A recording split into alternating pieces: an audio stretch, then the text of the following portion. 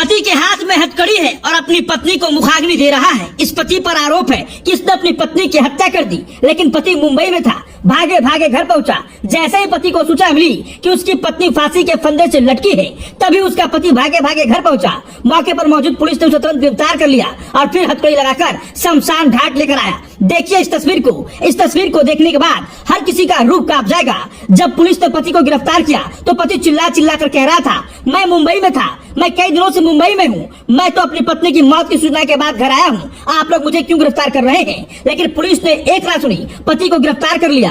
हालांकि गांव वाले की सिफारिश के बाद पति को शमशान घाट हथकड़ी लगाकर लाया गया और वहां अपनी पत्नी की उसने मुखाग्नि दी। यानी जिस पति पर हत्या का आरोप लगा उसी ने अपनी पत्नी की मुखाग्नि दी, लेकिन हाथ में हथकड़ी और आंख में आंसू लेकर पति बेबस था और बार बार वहां पर मौजूद लोगों से यही कह रहा था कि आखिर मेरा क्या कसूर है, मैं तो कई दिनों से घर से बाहर था, आखिर पुलिस मुझे क्यों गिरफ्तार कर रही है। लेकिन मायके वालों ने आरोप लगाया है कि ससुराल पक्ष के लोगों के द्वारा मेरी बेटी की हत्या कर दी गई है और इसमें दोषी उसका पति भी है। मायके वालों का आरोप है कि पति और उसके घर वालों ने मिलकर मेरी बेटी की फांसी लगाकर हत्या कर दी है। चलिए पूरा मामला को विस्तार से बताते हैं। उससे पहले इस वीडियो को शेयर कर दीजिएगा और कमेंट बॉक्स में इस तस्वीर को लेकर क्या कहना चाहेंगे जरूर बताइएगा। अक्सर ये चीजें देखी गई है कि कोई महिला जब घर में फांसी लगाती है तो उसका परिवार ससुराल पक्ष के ऊपर आरोप लगाता है और पूरे परिवार के ऊपर मुकदमे दर्ज करवा देता है। कई बार ये भी बातें सामने आई है कि महिला खुद से सुसाइड करती है, लेकिन मायके वाले अक्सर आरोप ससुराल पक्ष के ऊपर लगा देते हैं। चलिए अब सीधे मुद्दे पर आते हैं और आपको बताते हैं कि आखिर ये मामला कहाँ का है। उससे पहले इस वीडियो को शेयर जरूर कीजिएगा ताकि पूरे मामले की निष्पक्षता से जांच हो और अगर इसमें ससुराल वाले दोषी हो तो उन्हें फांसी की सजा मिले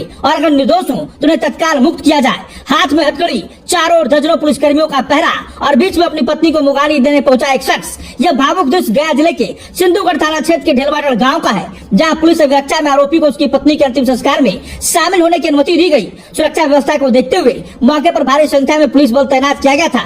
पत्नी को अंतिम विदाई देते समय माहौल काफी गमगीन हो गया और मौके पर मौजूद लोगों की आंखें नम हो गई। मामला गया के सिंधुगढ़ थाना क्षेत्र के ढेलवा गांव का है। जानकारी के अनुसार ढेलवाटाड़ निवासी रुपेश कुमार की शादी 4 वर्ष पहले गुरपा थाना क्षेत्र की नीतू कुमारी से हुई थी। दोनों का 1 साल का मासूम बेटा भी है। बताया जा रहा है कि नीतू कुमारी अपने मायके में एक शादी समारोह में शामिल होने गई थी और 2 दिन पहले ही ससुराल लौटी थी। इसी बीच संदिग्ध परिस्थिति में उनकी मौत हो गई। घटना की खबर मिलते ही मायके पक्ष में कोहराम मच गया। मृतका के परिजनों ने पति व ससुराल वालों पर हत्या का आरोप लगाते हुए थाना में आवेदन दिया है। आवेदन मिलने के बाद थाना अध्यक्ष नीलेश कुमार ने तुरंत कार्रवाई करते हुए मृतका के पति रुपेश कुमार को हिरासत में ले लिया। हालांकि परिजनों के अनुसार घटना के समय रुपेश कुमार मुंबई में मौजूद था।